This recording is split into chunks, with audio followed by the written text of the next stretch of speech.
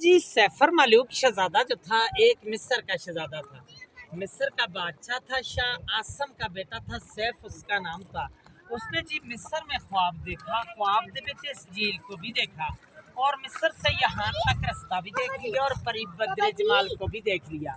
تو صبح اٹھ کو اس نے اپنے باپ سے بتایا کہ اے باپ، میں نے رات کو ایک جھیل دیکھا اور پری کو دیکھا، پری پر عاشق ہو گیا، اب مجھے پری کیسے ملے گی؟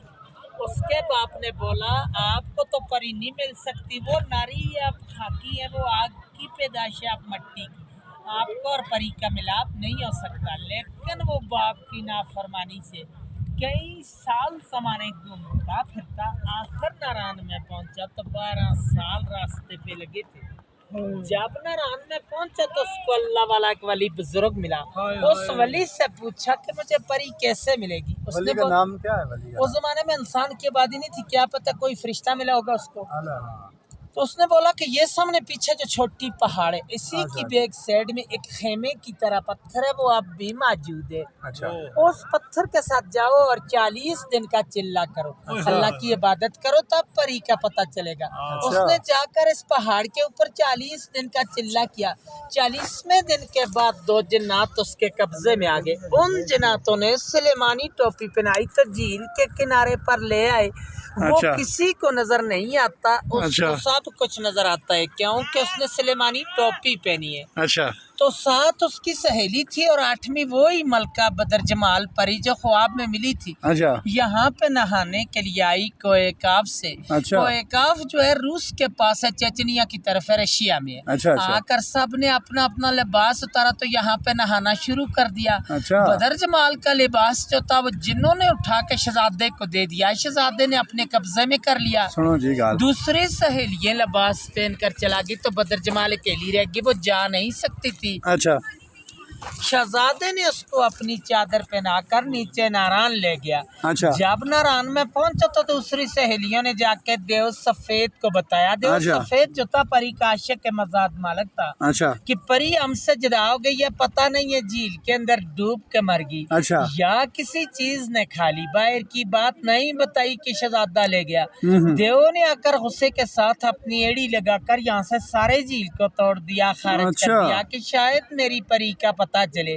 تو پہلے یہ آگے سے سارا بند ہی بند تھا، بہت بڑا ایک تالاب جھیل تھا اور چھوٹی گروٹی کے پیچھے جو گیپ جا رہا ہے وہاں سے پانی کا راستہ جاتا تھا۔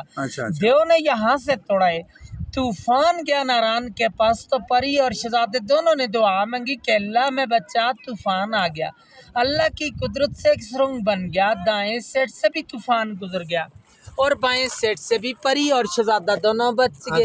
سرنگ اب بھی موجود ہے ناران میں، سیفر ملوک ہوٹل سے 5 منٹ کا راستے ہی جا کے دیکھ سکتے ہیں۔ اور دیو نے غصے کے ساتھ یہاں سے ایک اور چھلانگ لگائی تو دوا صحیح میں لگا، دیو کا سانس چلا گیا پری کے صدمے سے، دیو صحیح جا کے دیو مر گیا۔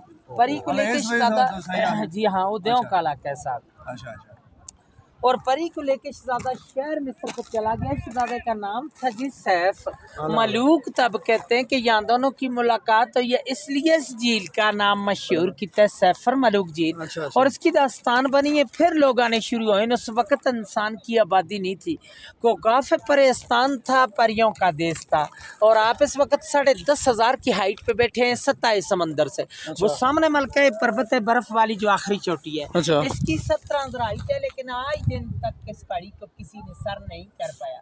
اس کے ملکہ پربت کو پریاں عبادت کرتی ہیں، جو بندہ بھی جاتے ہیں اس کو گرا دیتی ہیں۔ 98 کا واقعہ راشد بٹ لاہور کا ایک بندہ تھا، وہ کہتا تھا کہ میں نے اس پہاڑ کو سر کرنا ہے۔ لوگوں نے اس کو منع بھی کیا تھا لیکن وہ چلا گیا، جاتے ہوئے رستے میں گر کے مر گیا تھا۔ 13 دن بعد اس کی ڈیڈ باڈی ملی ہے مقامی لوگوں کو، انہوں نے اٹھا کے نیچے بھیجا۔ چاندنی رات ہوتی ہے، چاند کی جب 14ویں رات ہو تو پریاں اترتی ہیں یہاں پہ ابھی بھی، لیکن توڑنے کے ملاقات ہوئی پریاں نہیں نظر آتی ہے کہ جو قاری صاحب چلے گزار یہ عبادت کرنے والا بندہ، ہر بندہ پریاں نہیں دیکھ سکتے، یہی دیکھ سکتے ہیں کہ ان پہاڑوں کے نظارے ہوتے ہیں۔ اور آج دن تک جھیل کی گہرائی کا اندازہ بھی کسی نے نہیں لے سکے کہ انگریز آیا تھا، اس نے 5 من رسی لائی تھی، اس وقت گاڑیاں نہیں چلتی تھی، خچروں پہ آگے 10 کلو کا لوہا بن کے اس کے درمیان میں کشتی کے تھرو ڈالتے رہے۔ رسی چلتے چلتے ختم ہو چکی لیکن اس کی گہرائی کا اندازہ نہیں کر سکے۔ 5.5 کلومیٹر ارد گرد ہے، 600 کنال رقبے میں یہ سارا جھیل ہے، اس کی گہرائی کا کوئی اندازہ نہیں ہے۔